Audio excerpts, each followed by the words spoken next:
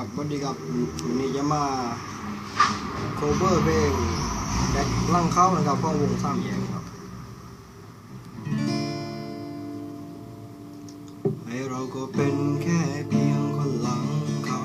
แล้วใครจะเอาอะไรกับเรา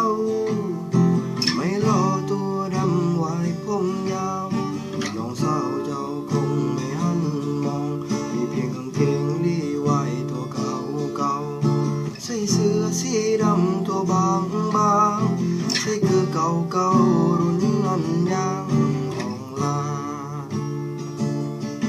แม่ผมน้องสาวบ้านเจ้าอยู่ในลาดสวยคัดช่างบาดหัวใจชายผิวขาวตากลมผมสายายพี่แอบมองแค่ได้มองก็ชื่นใจแค่ส่งยิ้มไปไม่คิดลงรอแค่อยากทักทายภาษาคนบ้านนอก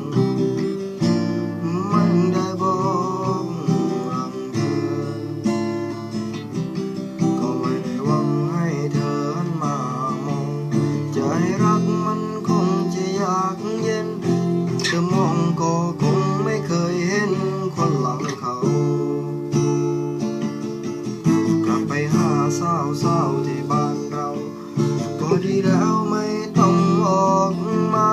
ใช้ชีวิตของเราอยู่ในป่าเด็กหลังเขาแค่ได้มองก็ชื่นใจแค่ส่งยิ้มไปไม่คิดลงรอแค่อยากทักทา